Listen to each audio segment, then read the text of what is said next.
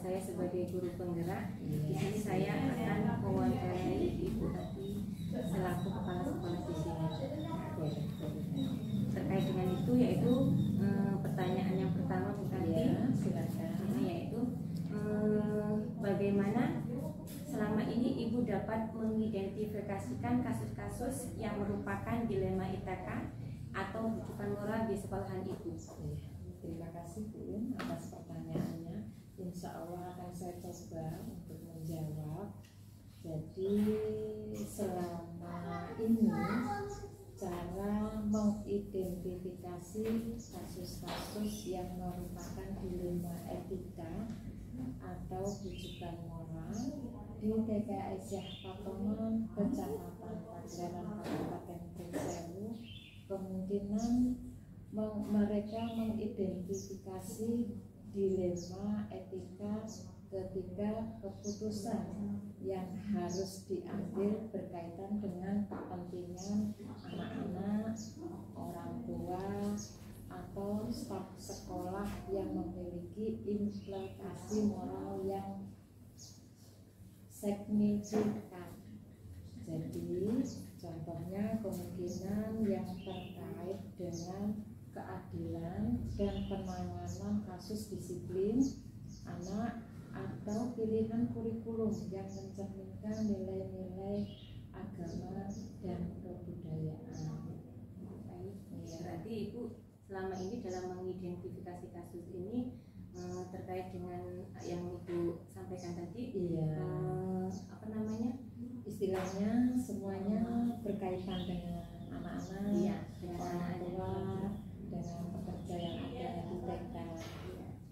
Baik, untuk yang kedua yaitu pertanyaan kedua yaitu bagaimana selama ini Ibu menjalankan mengambil keputusan di sekolah, terutama untuk kasus-kasus di mana ada kepentingan yang sama-sama benar atau yang sama-sama mengandung nilai kebijakan.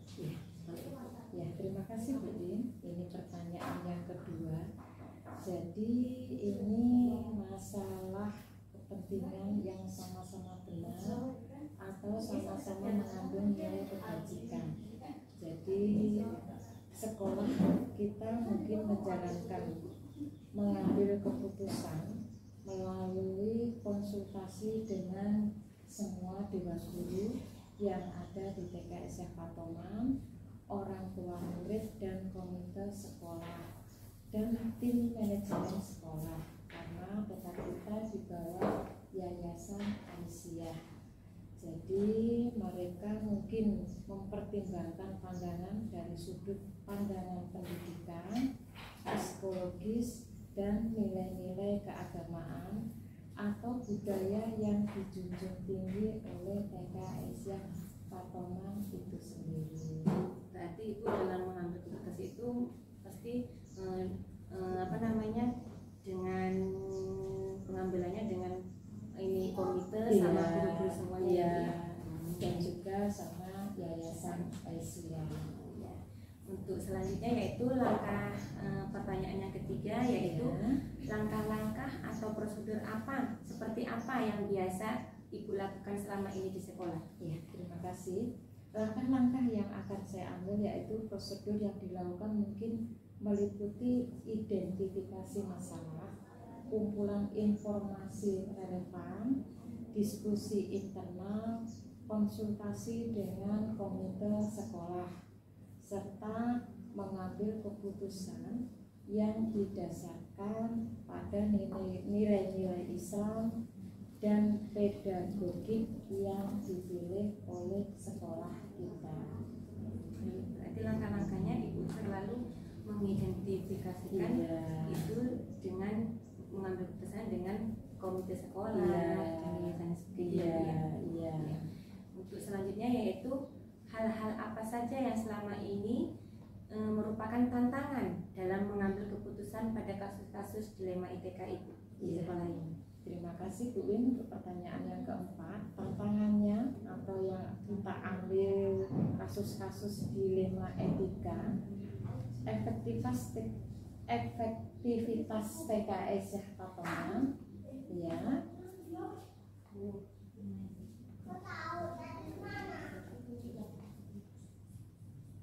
mungkin di luar diukur berdasarkan sejauh mana keputusan yang diambil sesuai dengan misi pendidikan dan berbasis agama dan nilai-nilai moral yang mereka anut, terutama untuk di TKS ya, kita semua beragama Islam karena sekolah kita memang berasas agama.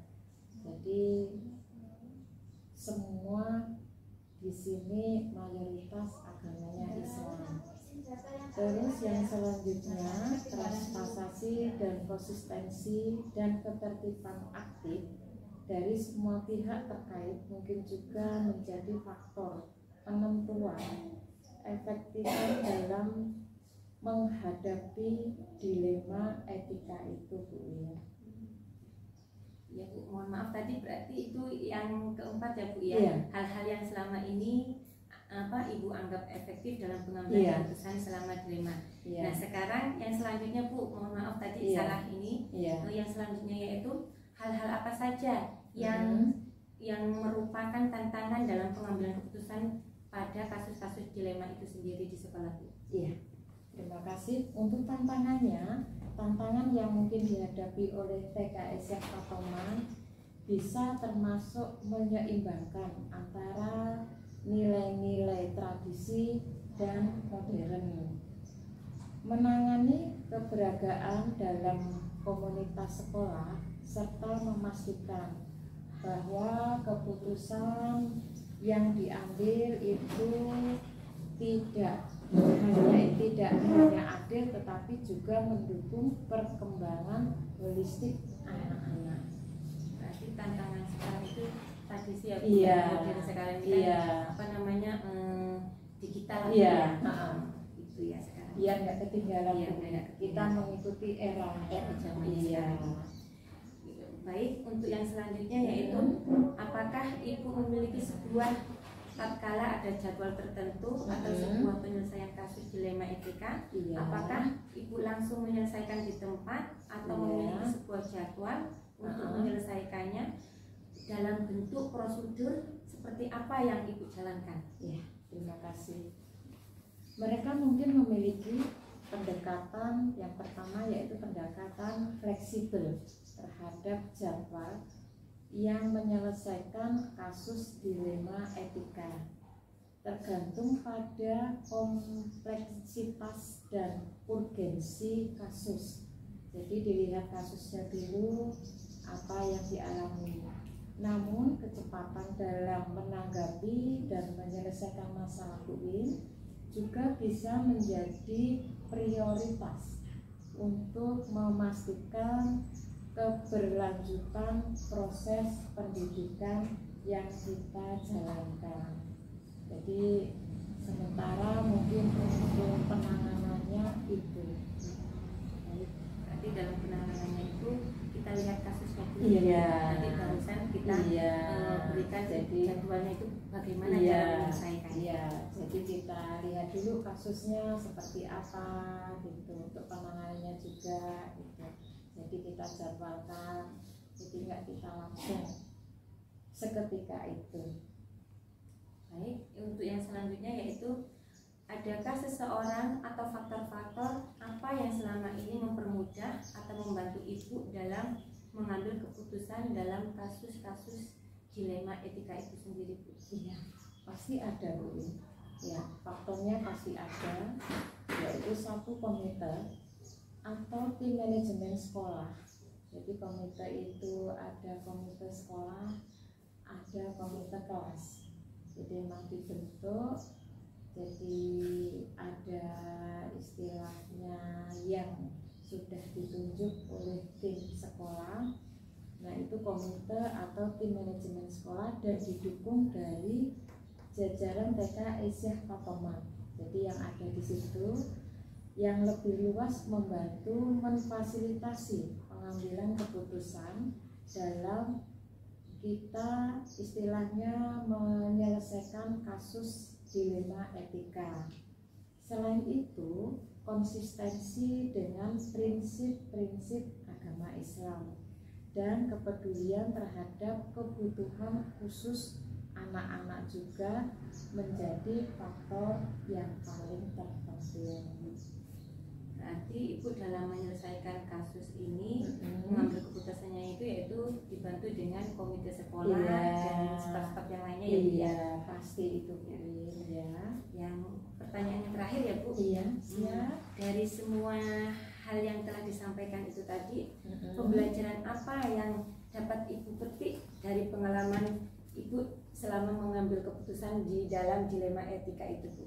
Selama Ibu menjabat kepala sekolah ini. Iya, terima kasih Bu Win atas pertanyaan yang terakhir. Jadi di sini yang pengalaman yang saya istilahnya saya dapat selama saya mengambil keputusan dalam istilahnya masalah dilema etika, yaitu pembelajaran yang diambil dari pengalaman mengambil keputusan dilema etika di TKS Patoman, mungkin termasuk pentingnya mengintegrasikan nilai-nilai agama dalam kehidupan sehari-hari di sekolah, mengingat kerjasama dengan komunitas serta mengambil keterampilan kepemimpinan yang sensitif terhadap nilai-nilai moral dan etika. Jadi dalam mengambil pembelajaran yang sudah Ibu petik yaitu mengintegrasikan nilai-nilai agama di dalam sekolah ini ya Bu ya. Mungkin hanya itu Bu pertanyaan yang dapat saya tanyakan kepada Ibu. Sebelumnya saya banyak terima kasih karena Ibu telah menyempatkan waktunya untuk saya wawancarai dalam tugas ini. Sama-sama Bu Win, mudah-mudahan apa yang diharapkan, apa yang menjadi tugas Bu Win yang sudah ditetapkan berjalan dengan lancar, sukses, selesai pada akhirnya dan bisa digunakan dengan dewan guru lainnya. Insyaallah. Sebelumnya makasih Bu. Sama-sama. Saya akhiri. Assalamualaikum warahmatullahi wabarakatuh. Waalaikumsalam warahmatullahi wabarakatuh.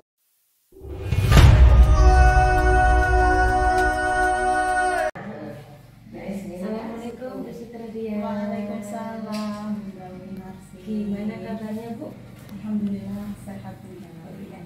Maaf Bu, mengganggu waktunya sebentar. Di sini saya sebagai anak muda mendapatkan tugas yaitu untuk mewawancarai kepala sekolah. Nah, saya di sini ingin mewawancarai Ibu terkait dengan dilema etika. Ini ya Bu ya, untuk pertanyaan yang pertama Bu langsung aja, yaitu selama ini bagaimana Ibu dalam mengidentifikasi kasus-kasus yang merupakan dilema etika atau rujukan moral di sekolahan Ibu? Jadi kasus yang saya alami dan hadapi di TKS 93 itu terkait dengan penerapan budaya positif di sekolah. Itu yang belum berjalan dengan maksimal. Dari hasil identifikasi hal ini ditemukan itu karena kurangnya komunikasi, ya, kurangnya kerjasama antara guru dan sekolah. Jadi itu yang hasil dari identifikasi saya terkait dengan penerapan budaya positif yang belum disepakati. Berarti dalam kasus yang dialami di sekolah itu yaitu dalam penerapan budaya positif. Ya, yang betul. Ya. Untuk yang pertanyaan yang kedua ya Bu, Ya. Selama ini bagaimana Ibu menjalankan pengambilan keputusan di sekolah, terutama untuk kasus-kasus di mana ada dua kepentingan yang sama-sama benar atau sama-sama yang mengandung nilai kebijakan di sekolah Ibu? Ya, baik. Jadi langkah-langkah yang saya lakukan, yang pertama itu saya sebagai kepala sekolah merefleksikan diri dari persoalan-persoalan dilema etika yang terjadi, ya. Jadi saya bertanya pada diri saya mengapa budaya positif itu belum terlaksana dengan maksimal. Kemudian yang kedua, saya mengajak seluruh stakeholder dari sekolah, ya, baik itu guru dan ada yayasan, kemudian seluruh dewan guru guru yang ada di sekolah untuk membuat tim kecil. Jadi tim kecil itu yang mana kami berdayakan supaya dapat mengatasi persoalan-persoalan yang ada. Setelah itu saya mengevaluasi. Setelah mengevaluasi, kemudian saya memutuskan masalah tersebut, yaitu tentunya dengan hasil keputusan bersama dari hasil yang sudah kita diskusikan, tentunya dari hasil pendampingan dan evaluasi dari penerapan budaya positif tersebut.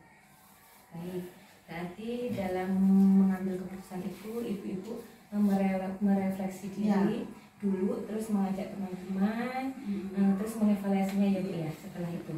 Baik, untuk selanjutnya yaitu langkah-langkah atau prosedur seperti apa yang biasa Ibu lakukan selama ini di sekolah?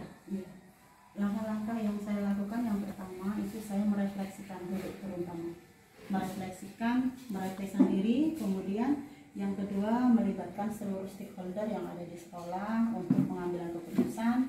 Kemudian juga sebelum mengambil keputusan juga mengkonsultasikan dulu kepada pengawas atau pada ketua yayasan. Ya, tapi langkah-langkahnya itu selalu mengkomunikasikan dengan guru dan betul sekali. Yang selanjutnya itu hal-hal apa saja yang selama ini Ibu anggap efektif dalam pengambilan keputusan pada kasus-kasus dilema etika itu? Jadi tantangannya ya dalam mengambil ini dilemanya itu adanya dari SDM orang tua yang masih rendah. Ya. Kemudian yang kedua juga dari kesibukan atau pekerjaan orang tua murid.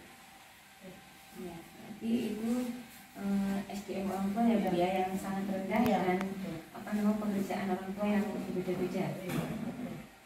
Terus hal-hal apa saja yang selama ini merupakan tantangan dalam pengambilan keputusan pada kasus-kasus dilema etika itu?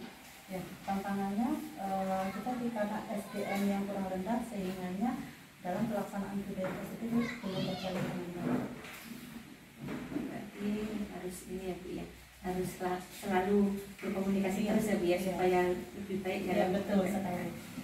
Terus untuk yang selanjutnya, apakah Ibu memiliki sebuah skala atau jadwal terkait dengan sebuah penyelesaian kasus dilema etika? Apakah Ibu langsung menyelesaikan di tempat atau Ibu memiliki sebuah jadwal untuk menyelesaikannya dalam bentuk atau prosedur seperti apa yang Ibu jalankan selama ini? Ya, baik. Jadi dalam penyelesaian dilema ini, misalnya yang kami identifikasi tentang program penerapan budaya positif di sekolah, itu kami ada 2 jadwal. Jadi ada jadwal memang yang kita khususkan setiap 1 bulan sekali, yang mana kami selalu merefleksikan, mengevaluasi program yang sudah berjalan, kami mengidentifikasi tantangan-tantangan yang terjadi. Nah, kemudian juga ada jadwal yang secara tidak khusus. Artinya apa? Artinya ketika tiba-tiba dilema atau persoalan itu terjadi, kita langsung menyelesaikannya di situ. Jadi ada 2, ada terjadwal dan ada yang tidak terjadwal seperti itu. Baik, untuk penyelesaiannya pasti ada 2 ya Bu ya. Ada yang terjadwal tadi yang disampaikan sebulan sekali, dan ada juga secara khusus tidak khusus ya Bu ya.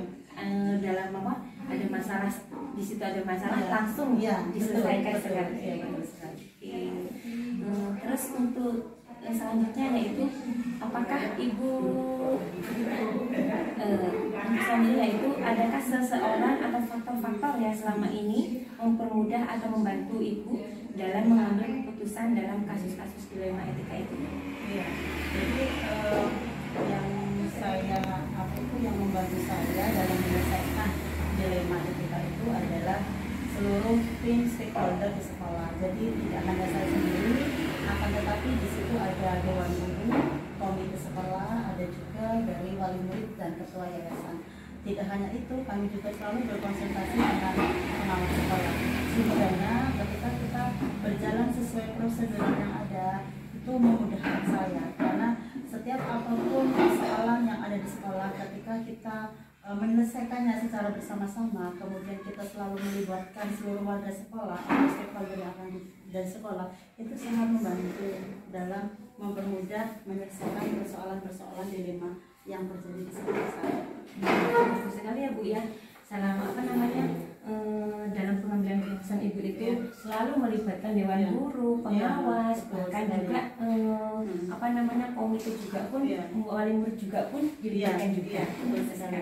Nah, untuk selanjutnya Bu, dari semua hal yang telah disampaikan, pembelajaran apa yang dapat Ibu petik dari pengalaman Ibu mengambil keputusan dilema etika ini? Ya, baik. Jadi dari pembelajaran dalam pengambilan dilema etika yang dapat saya ambil adalah yang pertama, bahwasanya kita ya, terutama saya sebagai kepala sekolah, tidak akan bisa maju sebuah lembaga kalau tidak adanya kerjasama.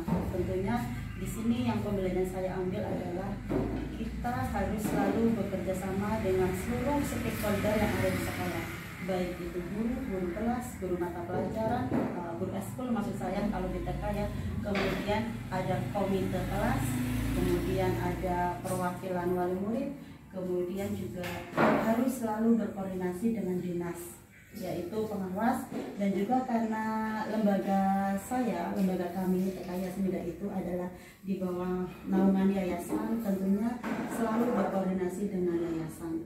Jadi poinnya kita tidak bisa berdiri sendiri, kita harus selalu bekerja sama dengan seluruh tim stakeholder yang ada di sekolah.